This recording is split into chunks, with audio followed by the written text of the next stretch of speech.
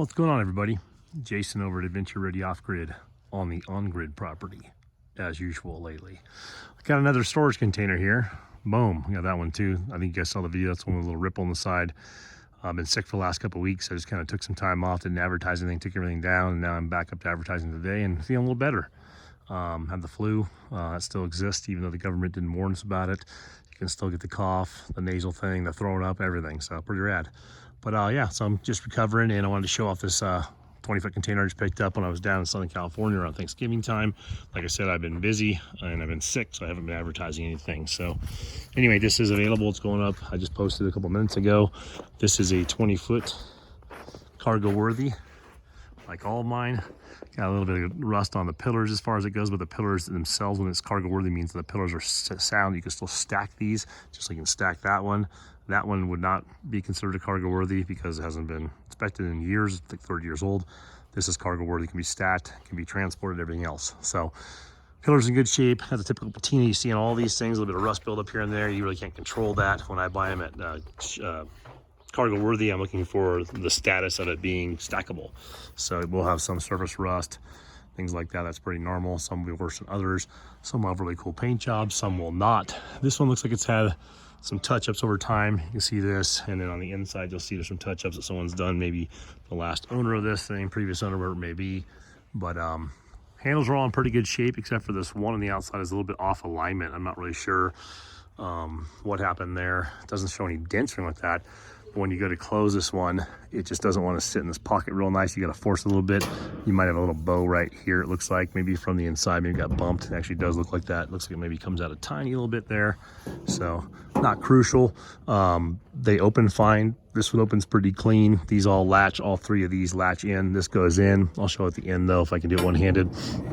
But when this sits in, kind of sits a little bit angle there. So anyway, like I said, cargo worthy, a little bit of patina on here. All the corners got a little rub on this one. This might be a little bit older than some of the ones I normally get, so it has a little bit more signs of that. This is pretty standard, unfortunately, with a 6-tier patina like that. In the future, I plan on taking stuff like this, decking it all down, priming it, and then painting it, and then throwing a elastomeric coating on there for not just for waterproofing, because they're already waterproof anyway, but to allow some UV bounce back. So you can get up to about a 30-40% UV transfer reduction on certain elastomeric coatings that I used in the RV industry, and they have in the roofing industry. Commercial roofing industry is what we use, commercial roofing products, which is what I'll use on these. You can even put a scrim fabric on here and get 20 years out of an extended roof. Like I said, the ones I get don't have roof problems. The idea would be to just squirt a nice clean coat of the elastomeric coating on top of here to give it a little bit less UV and heat transfer for the customers that are buying these. Are going to be sitting out in the weather. It'll help insulate it and keep the warmth in if you have warmth in there in the winter, but it'll keep the heat out in the summer. So anyway, let's open this thing up. I already had it open, so I didn't want to reclose it all back up. No lock box in this one. They standardly don't come with that. The last couple I had that had lock boxes was because it was bought from a private party, and the private party had either installed those or had them upgraded when they bought them. So rails in pretty good shape, a little bit there, but it's in good shape up in here. You don't see a bunch of rust and calcification in there. The rubber seal's in good shape. That's part of that quality. So you got a rubber seal here that mates with the other door, and you got one that overlaps the door, so it's in and out, and you got the same thing on the base. The rubber seal's all solid down there. There's no chunks missing, any of that. What you're looking for. The pillars are in good shape on the corners, but also the threshold is in good shape in here. Like I said, this one has a couple little rust patina areas right in there. The threshold itself on the base has some rust. This is pretty standard, unfortunately. If there's chunks missing out, like this is surface. If I see this like all through here, or there's calcification where it's actually going through and turning this into Swiss cheese, I don't accept those. But this is within the grounds of a typical cargo worthy. Even with a little bit of patina on the edges, it still has a nice seal on there, and it still seals the way it's supposed to. So like I was saying before, looks like whoever last owned this or used this at one time, some of these come from a pool where a company might own like 30, 40, 50, 100,000 of these containers, and they're all painted like-minded. Some of these may come over as a private ownership, get bought by another private ownership. I mean, I don't know the whole history of these things. They don't give me that when I get them. We're just looking for a certain level of quality for the seals and for the cargo worthiness as far as it being able to be shipped. So, but like I said, this one's got some paint in here. It still passed inspection as far as cargo worthy, but it's a little uglier than some of the ones I get in here. So a little patina up in here, in the corners, it's standard unfortunately. Roof's in good shape. It does have a little bit of patina up in here. So this is most likely condensation from something inside here that was wet. It didn't come through from the ceiling. It's from the inside out because the top doesn't look like that. So not a perfect container. Normally my cargo orders are 5,000. This one I'm putting up for 4,800 bucks plus delivery, but it's still in great shape. The floors are good, really good shape as far as the marine plywood here. No issues on there, no major gouges. This is just standard stuff shipping in and out of these things, being pushed in and out. But like I was saying outside, some of these in the future, it's really cold and we got snow in me right now, so I don't want to paint right now. But in the future, I'll take something like this, prime this all out, deck out all the areas that are rough, repaint this thing really, really clean. It'll look brand new. And I'll be asking in that, 55 to 6 range. I mean, unfortunately, that's just what the market's pulling right now. I mean, this stuff's come down a little bit. Go to Home Depot, maybe some plywood's down 20 bucks. You get all excited, and then you go over to the fastener aisle and they're up 10 bucks. So we really haven't seen major changes on the material costs right now, and things are just holding what they're holding. So if I can pick these up for $1,000 in the future, you bet I'll be selling for 2,500 bucks or whatever I can to try and still make a buck to get you guys a deal. But right now, this is what they're pulling. So they're still pulling $5,000 for cargo orders up here. So this will be 4,800 bucks, like I said, because it's got a little bit of ugliness to it. It's just how you get them. It's luck of the draw. I don't pay any less. This is the same quality as the last 10 I've sold. It just has a little more patina inside it. So, but anyway, that's just kind of the rundown of this one, guys. Roof's in great shape on this thing. They make great workshops, as you can see. There's my little workshop right there. That one's full of crap that needs to be organized.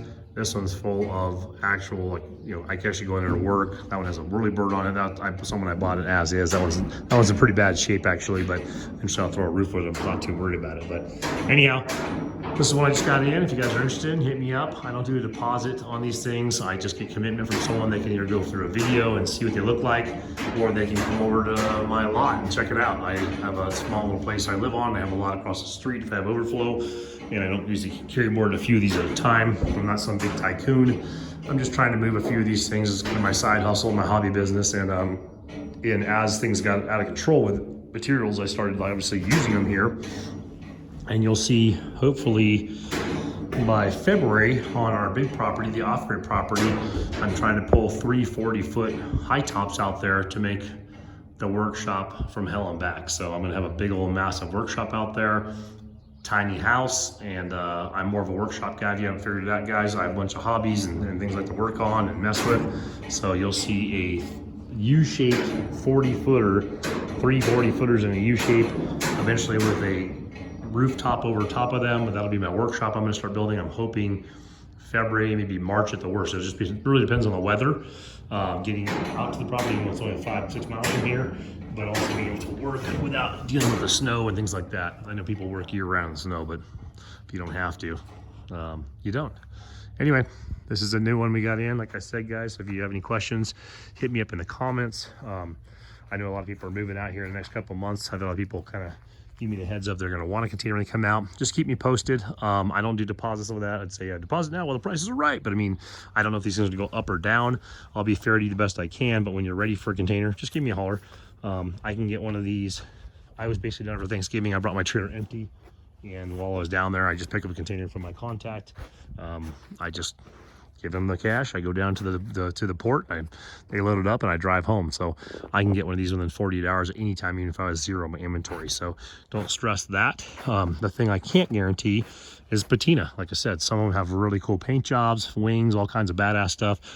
This is very simple, very plain. I don't know. I don't love this container for whatever reason. You can't tell. It just doesn't do much for me, but it'll suffice for what you need it to be done. Some of them have less dents, some have more dents, some have more patina. Like I said, I've had some stuff with some really cool, like eagle wings or, birds wings on the side of them, or like, just different designs on here. I think some of the artwork is cool on these things. Some of it obviously is really plain. This is just a plain one. So you can see my containers over there.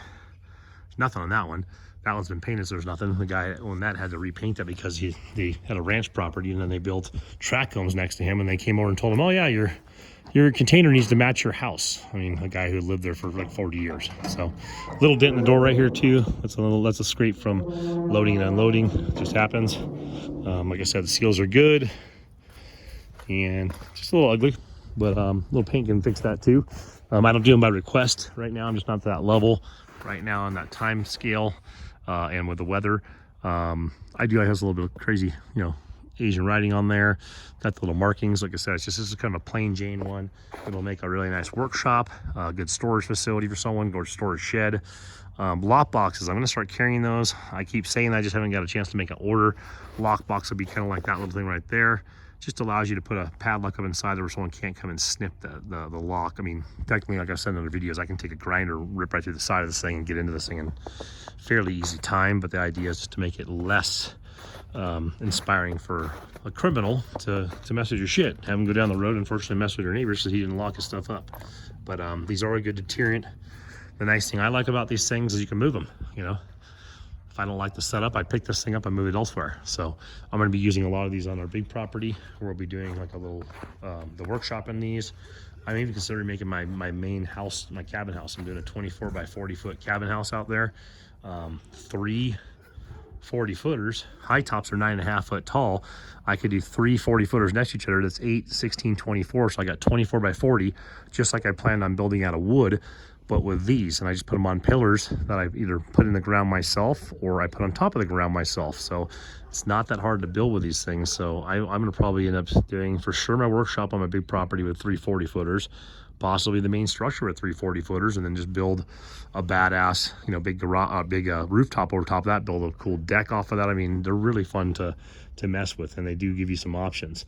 Now, if you watch videos of these things, a lot of people start framing them out and getting all crazy. I mean, you really got to weigh that out. If you're paying $5 grand for one of these things, what does it cost for the siding? If you're going to frame them out anyway, you might be pretty close to a push. Some people like the look of these things, so they'll go this route anyway over wood. I can tell you, that one I have out there in the front with the roll-up door is probably 30 years old, with a little bit of TLC. It's in really good shape still. I mean, there's not too much to fix, so they do last a lot better than wood, obviously, in some degree, with a lot less upkeep as far as it goes. So I can see how people go that way. But you'll see a lot of projects with these things, like I said, on our big property as things kind of go. Right now I have 1 or 2 for storage on my property that I use personally, and I have 1 for my workshop, and I love them. I mean, they're super convenient, and I mean, I can't build an 8 foot by 8.5 foot by 20 foot long, water and wind tight, movable structure for $5 grand. It's impossible.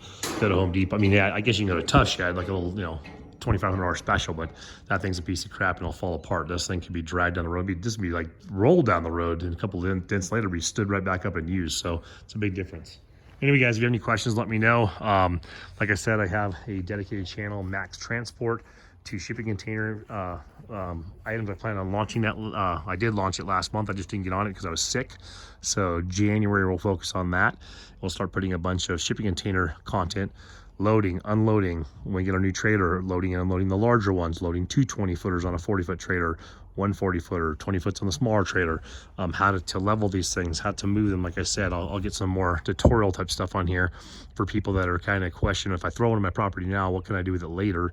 Or to have an idea, if you go with someone else as far as your transport, you'll have a little bit of information on my channel to know if they're being fair on the pricing, being fair on the what it actually takes to move these things. So I don't mind sharing the information. That's what YouTube's for, to share like-minded information or to help people research things before they invest their hard dollars. So hope everyone's doing good out there. I'll still announce the shipping container stuff on this off-grid channel, just like I do our on-grid stuff on this channel as well. It's kind of a smorgasbord, as you say, of information on here, but I will do specifically Max Transport on YouTube. Will be pricing, sales, information on the shipping containers, modifications, build products we do specifically with shipping containers. It'll be just a shipping container only channel. Right on, guys. Hope everyone's staying safe out there. Hope everyone's enjoying the holidays, seeing family, spending some time, putting all the weirdness aside and just going out there and hugging the family members and enjoying seeing everyone. And if you have any questions, let me know. Thanks, guys.